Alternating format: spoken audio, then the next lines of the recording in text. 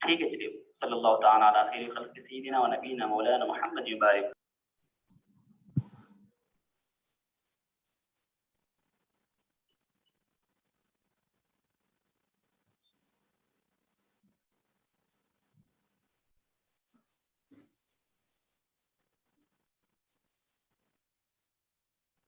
آؤ شاز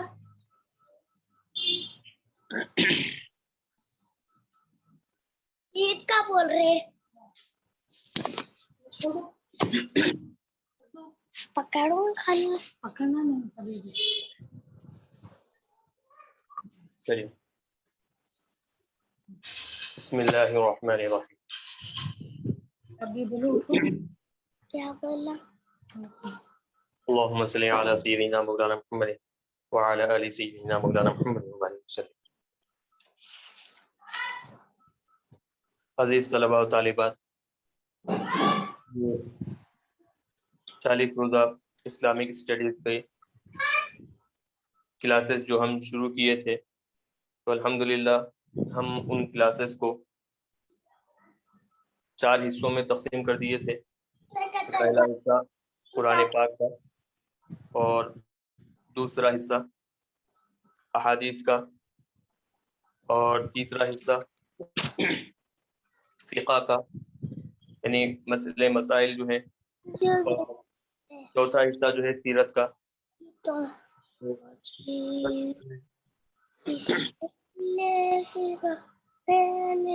السلام علیکم ورحمۃ اللہ وبرکاتہ. تھوڑا میوٹ کر دیجیے سب کو.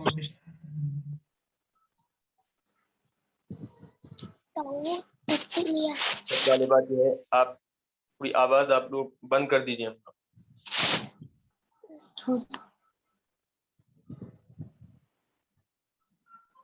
جی بسم اللہ. تو 4 حصوں میں جو ہے ہم کلاسز کو بانٹ دیے تھے. تو قرآن پاک، اور پھر احادیث مبارکہ، اور تیسری کلاس تھی فقہ کے مسائل، طہارت، وضو، نماز وغیرہ، اور چوتھی جو کلاس ہے وہ سیرت النبی کے اوپر ہے. تو کل کچھ ٹیکنیکل پرابلم کی وجہ سے جو ہے فقہ کی کلاس نہیں ہو سکی. انشاءاللہ ہم جو ہے اس کو آئندہ جو کلاس ہوگی تو اس میں جو ہے ہم انشاءاللہ ہم کور کریں. آج جو بات چل رہی ہے وہ آج کا جو حصہ ہے حضور پاک علیہ الصلوۃ والسلام کی سیرت کا. تو یقیناً حضور پاک علیہ الصلوۃ والسلام کی سیرت طیبہ جو ہے ہر مومن کے لیے، ہر مسلمان کے لیے مشعل راہ ہے، ہدایت کا سرچشمہ ہے. ہر مقام پر، ہر میدان میں رہنمائی کرنے والی ہے. قرآن پاک میں خود اللہ تبارک و تعالیٰ نے ارشاد فرمایا کہ لقد کان لکم فی رسول اللہ اسوۃ حسنۃ، تحقیق کے تمہارے لیے حضور پاک علیہ الصلوۃ والسلام کی حیات طیبہ میں ایک بہترین نمونہ، بہترین ماڈل. کون سا کلاس ہے؟ آج جو کلاس چل رہی ہے وہ سیرت النبی کی کلاس ہے. جی، وہ سب سے پہلی چیز دیکھیں کہ جب اللہ تبارک و تعالیٰ انسان کو دنیا میں بھیجا تو انسان کی ہدایت کے لیے اللہ تبارک و تعالیٰ نے جو ہے 2 طریقے اختیار کیے انسان تک ہدایت پہنچانے کے لیے. ایک اپنے انبیاء کرام کو، کہ ان کو روانہ کیا، ان کے ذریعے سے اللہ تعالیٰ ہدایت عطا فرمائی. اور دوسرا جو ہے اپنی کتابوں کو، تو وہ کتابوں کے ذریعے سے جو ہے اللہ تبارک و تعالیٰ ہدایت کا سلسلہ جاری رکھا. تو جو حضرات جو ہے اب یہ کتابیں پڑھ کر ہدایت حاصل کر سکتے تھے، جو حضرات کتابیں وغیرہ پڑھ کر ہدایت حاصل کرتے تھے، ان کو اللہ تبارک و تعالیٰ نے کتابوں کے ذریعے سے ہدایت دی. اور جو کتابیں پڑھنے کے جن کے پاس جو ہے استطاعت اور طاقت وغیرہ نہیں ہے، تو انبیاء کرام کے ذریعے سے اللہ تعالیٰ ان کو کیا کیا، ان کی زندگیوں کو ان کے لیے مشعل راہ بنا دیا، ہدایت کا سرچشمہ بنا دیا. تو لوگ ان کو دیکھتے چلے گئے انبیاء کرام کو اور ہدایت حاصل کرتے چلے گئے. تو امت محمدیہ میں بھی اللہ تبارک و تعالیٰ نے ان دو طریقوں کو جاری کیا ہے. ایک طریقہ قرآن پاک کے ذریعے سے کہ لوگ قرآن پاک پڑھتے ہیں, اس سے ہدایت حاصل کرتے ہیں اور صحیح راستے پر آ جاتے ہیں. دوسرا جو ہے حضور پاک علیہ الصلوۃ والسلام کی حیات طیبہ کہ جو قرآن جو کہ جو لوگ قرآن پڑھ کر اس سے ہدایت حاصل نہیں کر سکتے, قرآن پاک پڑھ کر ہدایت حاصل کرنا, اس سے رہنمائی لینا, جن کے اندر اتنی سکت اتنی طاقت نہیں ہے دوسرے دیگر مصروفیات کی وجہ سے, تو اللہ تبارک و تعالیٰ نے ان کو حضور پاک علیہ الصلوۃ والسلام کی حیات طیبہ ان کے سامنے رکھی کہ وہ حضور کو دیکھتے چلے جائیں اور حضور پاک علیہ الصلوۃ والسلام سے جو ہے ہدایت حاصل کرتے چلے جائیں. حاضرین محترم, یقیناً اب آج جو معاشرہ جس انداز میں, آپ سب حضرات سے پھر ایک بار گزارش ہے کہ جو ہے آپ اپنے موبائل کو جو ہے کیا کر دیں, میوٹ کر دیں. آپ آواز سے جو ہے ڈسٹرب ہو رہا ہے, دوسروں کو بات سنائی نہیں دے رہی. چلیے بسم اللہ الرحمن الرحیم. تو بات کر رہی تھی حضور پاک علیہ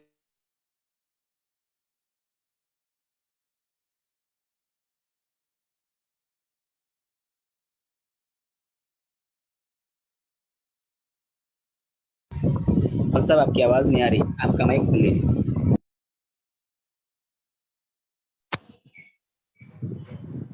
جی بسم اللہ الرحمن الرحیم.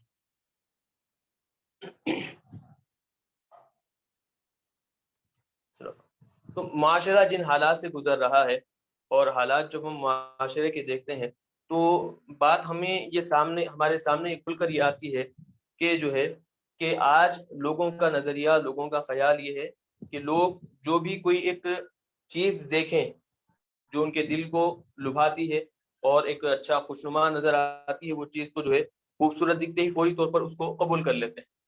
اب وہ چیز کس کی ایجاد ہے, کس کی بنائی ہوئی ہے, یہ اس پر جو ہے معاشرہ یا پھر آج کل کے لوگ جو ہے اس پر غور و فکر نہیں کرتے. یہ ایک چیز. دوسری چیز یہ کہ آج لوگ جو ہے معاشرے کے خاص طور پر نوجوان جو طبقہ ہے وہ جو ہے کیا کہیں گے کہ رول ماڈل بنانے کے لیے آج ٹک ٹاک کا دور ہے یہ, اور فیس بک اور یوٹیوب کا دور ہے. تو جو ہے نوجوان طبقہ خاص طور پر کیا کرتا ہے کہ کوئی فلمی ایکٹر کو, فلمی ہیرو کو جو ہے وہ اپنا رول ماڈل بناتا ہے کہ وہ جیسے کپڑے پہنتا ہے وہ فلمی ایکٹر یا پھر فلمی ہیرو اس کے جیسے لباس پہننا پسند کرتے ہیں, اور وہ جیسے جو ہے کیا کرتا ہے کہ رہن سہن اس کا جیسے ہوتا ہے وہ بھی اس کو اختیار کرنا چاہتے ہیں. حتیٰ کہ یہاں تک نوبت آ گئی کہ بال جس کے جیسے ہوں, اگر کوئی الگ قسم کے بال رکھا ہے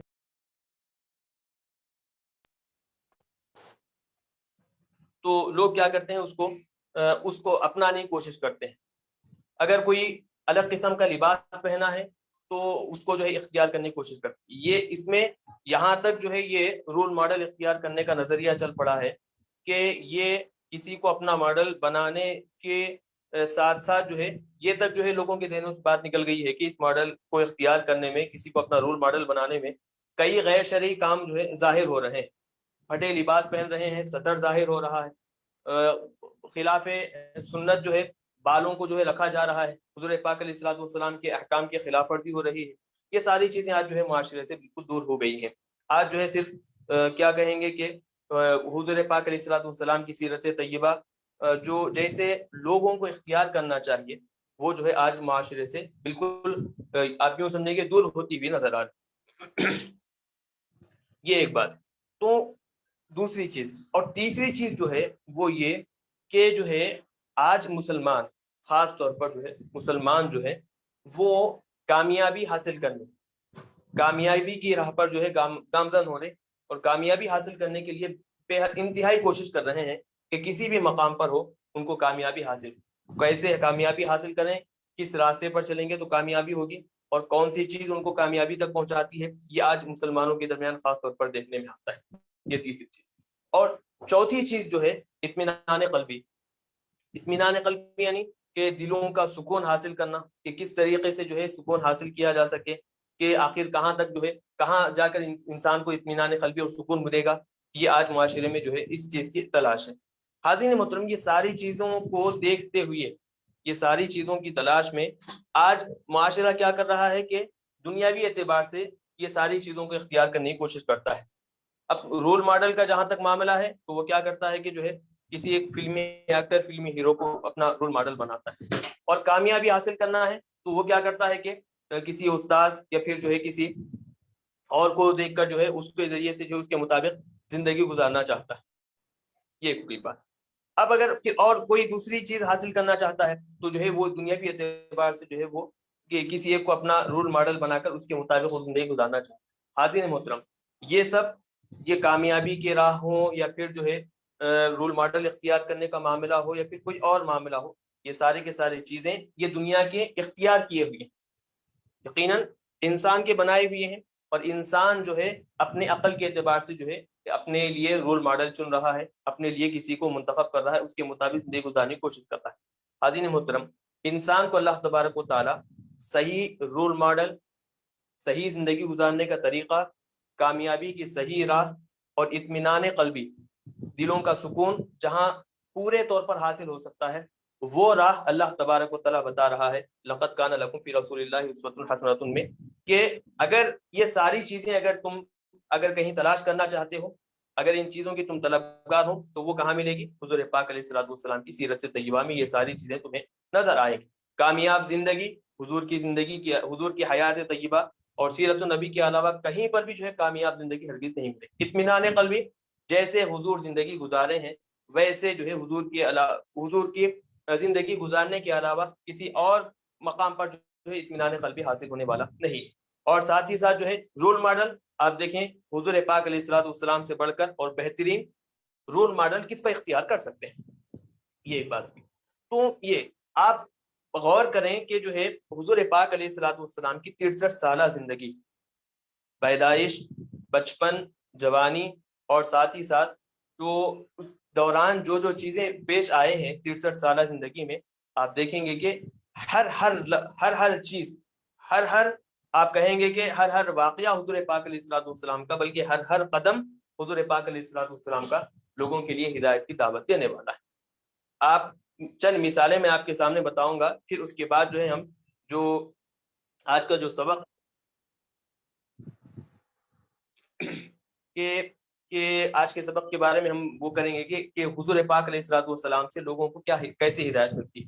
مثال کے طور پر ایک مثال میں آپ کو دے رہا ہوں کہ جو ہے اگر کوئی آدمی کیونکہ خاص طور پر معاشرے میں ایک بات یہ ذہن میں بیٹھی ہوئی ہے کہ نکاح کرنے کا معاملہ, تو آج معاشرے میں یہ ہے کہ اگر بچہ جو ہے کچھ کمائی نہیں کرتا, نوجوان کچھ کمائی نہیں کرتا, بازاروں میں ادھر ادھر پھرتا ہے, وقت خرابی کرتا ہے, تو گھر والے یہ سوچتے ہیں کہ چلو اس کی شادی کرا دو, تو شادی کرانے کے بعد جو ہے خود بخود ذمہ داری آ جائے گی تو کچھ کمانے لگے گا. یہ گھر والوں کا خیال, گھر والوں کا بھی یہ نظریہ ہوتا ہے. اور عمومی طور پر جہاں ایسے نوجوان رہتے ہیں تو عمومی طور پر گھر والوں کا جو ہے یہی خیال ہوتا ہے کہ چلو اس کی شادی کرا دیں گے, ذمہ داری بڑھ جائے گی اور خود بخود جو ہے یہ کمانے لگ جائے گا. حاضرین محترم, جب ہم یہی خیال, یہی بات حضور پاک علیہ الصلوۃ والسلام کے حیات طیبہ میں دیکھتے ہیں تو ہمیں ہدایت ملتی ہے کہ جو لوگ اس خیال سے کہ شادی سے پہلے جو ہے کمائی نہیں کر رہا ہے, ادھر ادھر وقت خرابی کر رہا ہے, شادی کرا دیں گے تو ذمہ داری بڑھے گی, خود بخود جو ہے کیا کرے گا, وہ کمانے میں لگ جائے گا. حاضرین محترم, حضور پاک علیہ الصلوۃ والسلام کی حیات طیبہ میں ایسے نوجوانوں کے لیے اور ایسا خیال رکھ کر شادی کرنے والے والدین کے لیے جو ہے اس میں ہدایت ملتی ہے. سب سے پہلی چیز کہ حضور پاک علیہ الصلوۃ والسلام, آپ لوگ جانتے ہیں کہ حضرت خدیجہ رضی اللہ تعالیٰ عنہا سے حضور پاک علیہ الصلوۃ والسلام نے جو نکاح کیا, پہلا جو نکاح تھا وہ اس وقت حضور پاک علیہ الصلوۃ والسلام کی عمر 25 سال تھی. 25 سال کی عمر میں حضور پاک علیہ الصلوۃ والسلام کیا کیے, فوری طور پر نکاح کا پیغام نہ بھیجے, نہ نکاح کے پیغام کو قبول کیے, نہ کوئی دوسرا راستہ اختیار نہیں کیے. نکاح سے پہلے آقا علیہ الصلوۃ والسلام جو راستہ اختیار کیے ہیں وہ ہے تجارت کا راستہ اختیار کیے. تجارت کیوں؟ کیونکہ جب نکاح ہو جائے گا تو نکاح ہونے کے بعد جو ہے رہن سہن, کھانا پینا, یہ ساری ذمہ داریاں جو ہے یہ شوہر کی ہوا کرتی ہیں, تو اس کے لیے پہلے سے ہی انتظام ضروری ہے. تو حضور پاک علیہ الصلوۃ والسلام کیا کیے ہیں, اس میں ہدایت دیے ہیں کہ جو ہے نوجوان نکاح کرنے سے پہلے کیا کریں, وہ اسباب رزق, اسباب زندگی کو تلاش کریں. پھر اس کے بعد جب نکاح کریں گے تو اللہ تعالیٰ اس نکاح میں برکت بھی عطا کرے گا اور رزق میں جو ہے وسعت بھی اللہ تبارک و تعالیٰ عطا فرمائے گا. لیکن آج معاشرے میں کیا ہوتا ہے کہ اگر کوئی نوجوان کماتا نہیں ہے، دیگر کاموں میں مصروف نہیں ہوتا، ذمہ دار نہیں ہے، تو کیا کرتے ہیں، خیال یہ بنا ہوا ہے کہ جو ہے کہتے ہیں چلو اس کی شادی کرا دوں، شادی ہوتی ہی جو ہے کیا ہو جائے گا، خود بخود کمانے لگے. حاضرین محترم، یہ خیال بالکل درست نہیں ہے. حضور پاک علیہ الصلوۃ والسلام کی حیات طیبہ سے ہمیں صحیح بات یہ معلوم ہوتی ہے کہ کیا کریں، پہلے اس کو ذمہ دار بنائیں، اس کو کمائی کا راستہ بتائیں، پھر اس کے بعد جو ہے کیا کریں، شادی کرائیں، تو اس میں برکت بھی ہوگی اور اللہ تبارک و تعالیٰ رزق میں جو ہے وسعت بھی عطا فرمائے. یہی. اور ویسے ہی ساتھ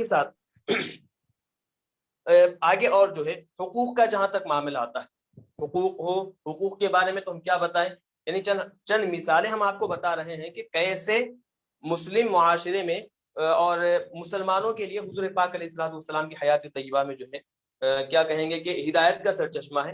حضور کی ذات طیبہ سے لوگ کیسے ہدایت حاصل کرتے ہیں. حاضرین محترم، یہ ایک آدھ مثال ہم آپ کے سامنے پیش کی.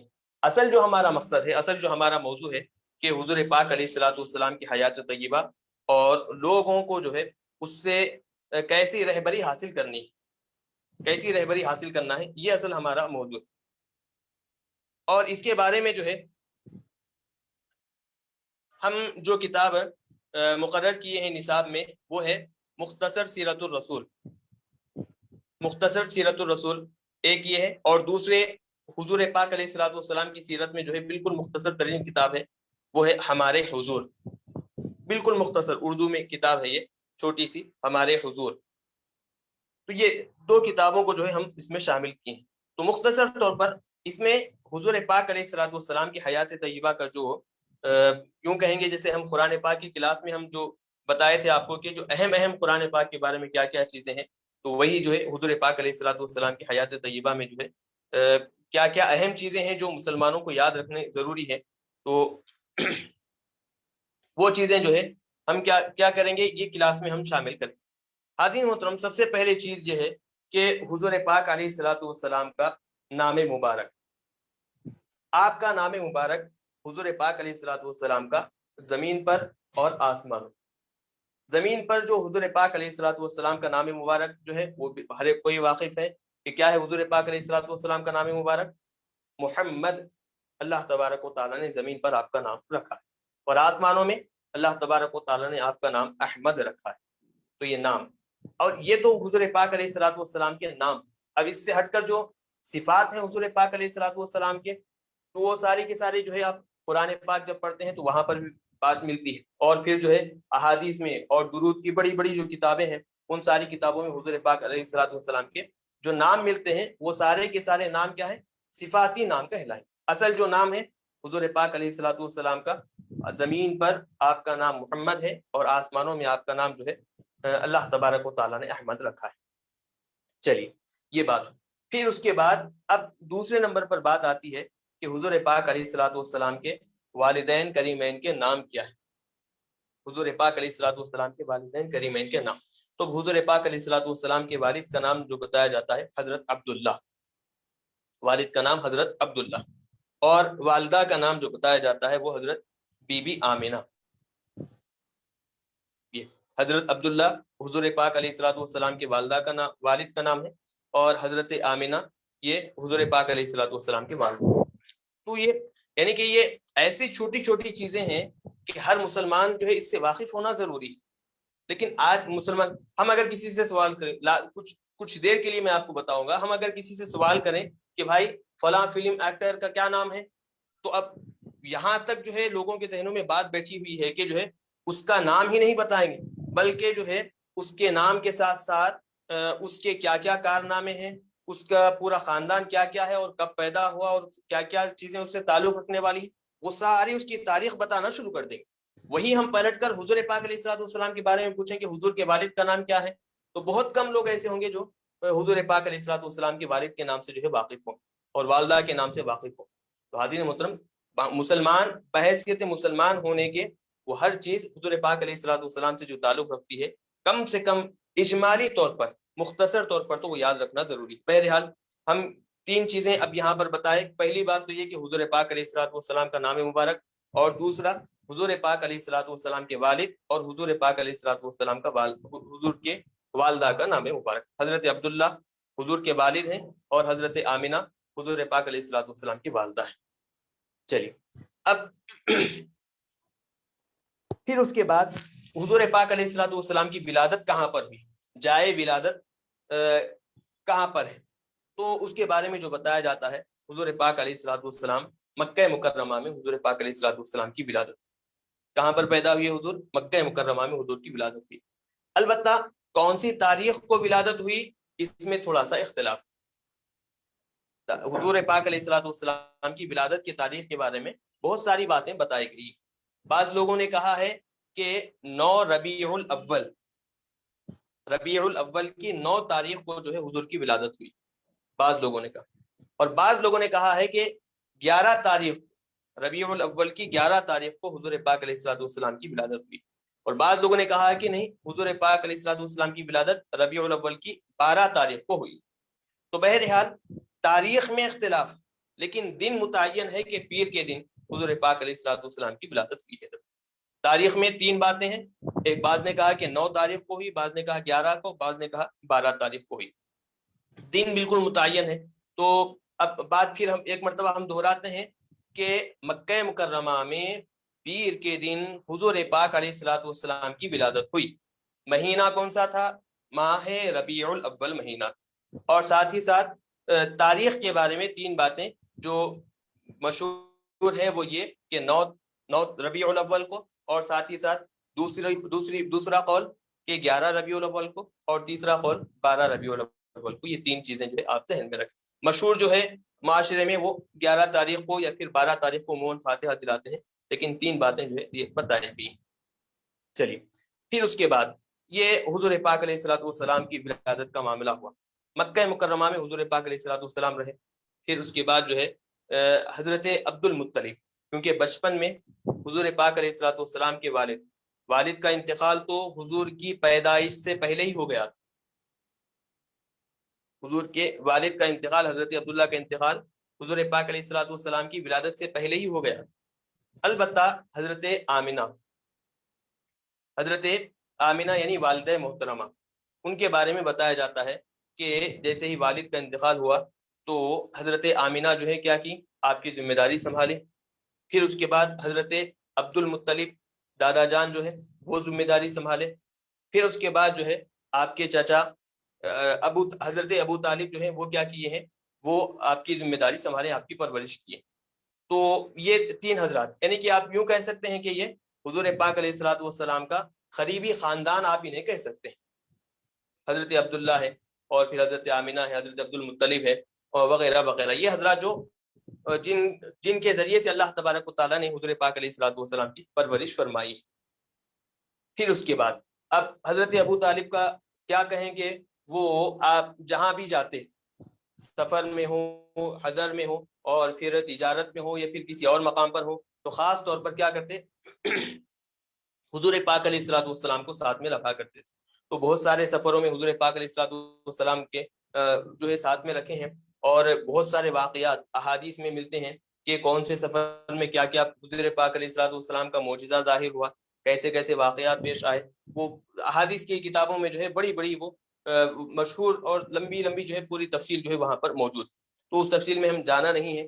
تو سر دس یہ حضور پاک علیہ الصلوۃ والسلام سے قریبی تعلق رکھنے والے جو خاندان ہے یہ حضرات. پھر اس کے بعد جو ہے اب آگے جب ہم بڑھتے ہیں تو حضور پاک علیہ الصلوۃ والسلام کی شادی کا جو مرحلہ آتا ہے, تو حضور پاک علیہ الصلوۃ والسلام کی کتنی بیویاں ہیں, حضور پاک علیہ الصلوۃ والسلام کی 11 بیویاں ہیں, ازواج مطہرات, 11 ازواج مطہرات.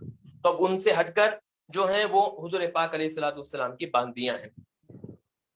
تو کتنی بھی حضور پاک علیہ الصلوۃ والسلام کے ازواج مطہرات کتنے ہیں, 11 ازواج مطہرات. تو حضرت خدیجہ رضی اللہ تعالی عنہا ہے ایک. تو جب تک حضرت خدیجہ رضی اللہ تعالی عنہا باحیات تھیں, حضور پاک علیہ الصلوۃ والسلام کسی سے نکاح نہیں کی. جب آپ دنیا سے وصال فرمائے تو حضور پاک علیہ الصلوۃ والسلام کیا کیے کہ دوسرے خواتین سے جو ہے آپ نکاح فرمائے. آپ یہ حضرت خدیجہ رضی اللہ تعالیٰ عنہ کی خصوصیات بھی آپ کہہ سکتے ہیں. چلیے یہ ایک بات ہوئی. اب سوال ایک بات یہاں پر آئی تو میں آپ کو بتاتا چلوں کہ حضور پاک علیہ السلام شریعت مطہرہ کا حکم کیا ہے کہ ایک آدمی بیک وقت 4 خواتین سے نکاح کر سکتا ہے، وہ بھی شرائط کے ساتھ۔ ایک آدمی بیک وقت 4 خواتین سے نکاح کر سکتا ہے، جو اس کے اندر جو مذکورہ شرائط ہیں، جو لوازمات ہیں، ان لوازمات اور شرائط کے ساتھ۔ یہ حکم ہے شریعت مطہرہ کا۔ لیکن حضور پاک علیہ الصلوۃ والسلام کی خصوصیت یہ ہے کہ اللہ تبارک و تعالیٰ نے آپ کو کیا ہے 11 شادیاں کرنے کا جو اللہ تبارک و تعالیٰ نے حکم دیا تھا۔ آپ کو جو ہے اجازت تھی کہ 11 شادیاں جو ہے آپ فرمائیں۔ ان سے ہٹ کر بھی جو ہے آپ نے آپ کی باندیاں تھیں، بہت سارے نام آتے ہیں، جیسے مشہور جو ہے حضرت ماریہ قبطیہ، یہ بھی باندیوں میں آپ ان کا شمار ہوتا ہے۔ تو بہرحال اب سوال پیدا ہوتا ہے کہ 11 کی اجازت کیوں ملی، حالانکہ شرعی حکم جو ہے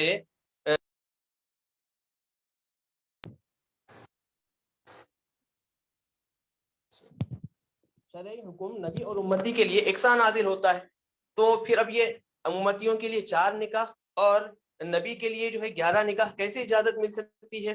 تو اس کا جواب جو ہے تفصیل سے جو بیان کیے ہیں، مختصر طور پر ہم جو ہے خلاصے کے طور پر اس کو ذکر کرتے ہیں، تاکہ ذہن میں اگر کبھی خیال آ جائے کہ آخر کیا وجہ تھی کہ جو ہے 11 نکاح حضور پاک علیہ الصلوۃ والسلام کیے، کیا وجہ تھی، آخر اجازت کیوں دی گئی حضور کو 11 نکاح کرنے کی، ذہن میں خیالات آتے رہتے ہیں، تو فوری طور پر جو ہے یہ جواب جو ہم بتا رہے ہیں اس کو آپ ذہن میں رکھ لیں، بات آپ کو آسانی سے سمجھ میں آئے گی کہ یہ وجہ تھی جس کی وجہ سے حضور پاک علیہ الصلوۃ والسلام کو اللہ تبارک و تعالیٰ نے 11 نکاح کرنے کی اجازت اور رخصت دے دی۔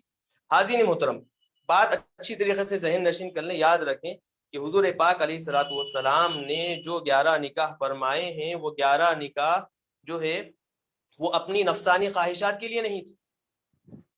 11 کی 11 نکاح نفسانی خواہشات کے لیے نہیں تھی، بلکہ آپ پورے 11 ازواج مطہرات میں دیکھیں گے، بعض ازواج مطہرات حضور کے بیوہ ہیں، اور بعض ازواج مطہرات کسی بڑے قبیلے کی سردار کی بیٹی ہیں، اور بعض ازواج مطہرات کیا ہے کہ کسی کے غلام تھیں، کسی کی باندی تھی، بعد میں جو ہے حضور پاک علیہ الصلوۃ والسلام لے لی۔ یعنی الغرض مقصد یہ ہے کہ حضور پاک علیہ الصلوۃ والسلام یہ جو 11 ازواج مطہرات سے نکاح فرمائے ہیں، تو اس کے پیچھے مقصد یہ تھا کہ کیا ہو کہ دین کی تبلیغ ہو، آسانی سے لوگ جو ہے دین کی طرف آتے چلے جائیں۔ جیسے مثال کے طور پر میں آپ کو بتاؤں دین کی تبلیغ کیسی ہوگی، کہ ایک زمانہ تھا کہ بیوہ کو منحوس سمجھا جاتا تھا۔ آج بھی معاشرے میں جو ہے بعض مقامات پر دیکھتے ہیں کہ بیوہ کو انتہائی نحوست سمجھا جاتا ہے، منحوس سمجھا جاتا ہے، کہ کوئی بھی شادی بیاہ کی تقریب ہو تو بیوہ کو قریب تک آنے سے منع کر دیتے ہیں۔ کیوں؟ کیونکہ اس کے قدم کو یا پھر اس کو ایک منحوس سمجھا جاتا ہے۔ تو 1400 سال پہلے ایک زمانہ تھا کہ یہ جو آج جو معاشرہ ہے، جو حالات ہیں، اس سے بدتر حالات جو ہے اس زمانے میں تھے۔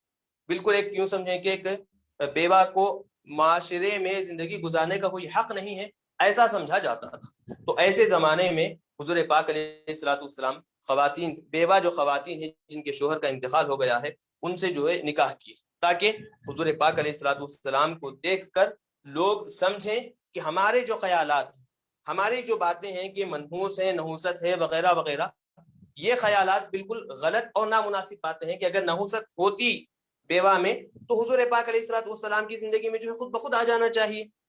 یہ خیالات لوگوں کے ذہنوں میں آئے، اور جو غلط طریقہ لوگ اختیار کیے ہوئے ہیں بیوہ کے بارے میں، تو وہ غلط خیالات جو ہے لوگوں کے ذہنوں سے نکل جائے۔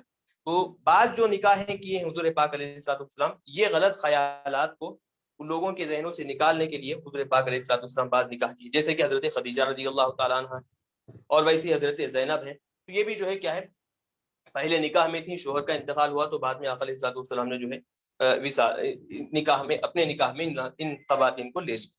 پھر اس کے بعد جو معاملہ ہے کہ بعض جو خواتین ہیں کسی بڑے خاندان سے تعلق، کسی بڑے قبیلے سے تعلق رکھنے والی، کسی بڑے قبیلے کے سردار کی بیٹی ہے، تو اب یہاں مقصد یہ تھا کہ اب اگر قبیلے کے سردار کی بیٹی کو نکاح میں لیں گے تو اس کی وجہ سے ہوگا یہ کہ اس قبیلے سے کیا کہیں گے کہ اس قبیلے سے قربت حاصل ہوگی، وہ قبیلہ کیا ہو جائے گا، بالکل قریب ہو جائے گا، اور اس کو سمجھانے کے لیے اور اس کو صحیح راستہ بتانے کے لیے آسانی سے جو ہے راہ ہموار ہو جائے گی، آسانی سے راستہ نکل جائے گا۔ تو ایسا بعض مقامات پہ آقا علیہ الصلوۃ والسلام قبیلے کی سردار کی جو بیٹی ہے اس سے نکاح فرمائے۔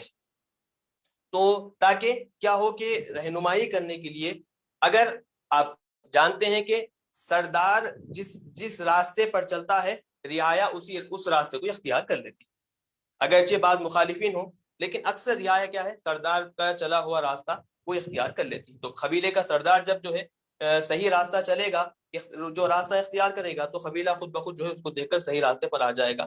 تو قبیلے کی سردار کی بیٹی سے حضور پاک علیہ الصلوۃ والسلام نے جو نکاح کیا مقصد یہی تھا کہ اس کے ذریعے سے اس قبیلے کے قریب ہوں اور پھر ان کو رہنمائی کریں، سردار بھی صحیح راستے پر آ جائے اور اس کو دیکھ کر قبیلہ سارا کا سارا جو ہے صحیح راستے پر آ جائے. تو یہ تو مقصد جو حضور پاک علیہ الصلوۃ والسلام جو نکاح کیے ہیں 4 سے زائد 11 جو شادیاں حضور پاک علیہ الصلوۃ والسلام کیے ہیں، یہی مقصد تھا کہ کسی نہ کسی طرح لوگوں کے غلط خیالات کو دور کریں اور لوگوں کو جو ہے صحیح راستے پر لائیں اور ہدایت آسانی کے ساتھ کیسے ان تک پہنچائی جائے، یہ مقصد تھا کہ آقا علیہ الصلوۃ والسلام جو ہے 4 سے زیادہ شادیاں 11 ازواج مطہرات جو ہے آقا علیہ الصلوۃ والسلام کی نکاح میں تھے.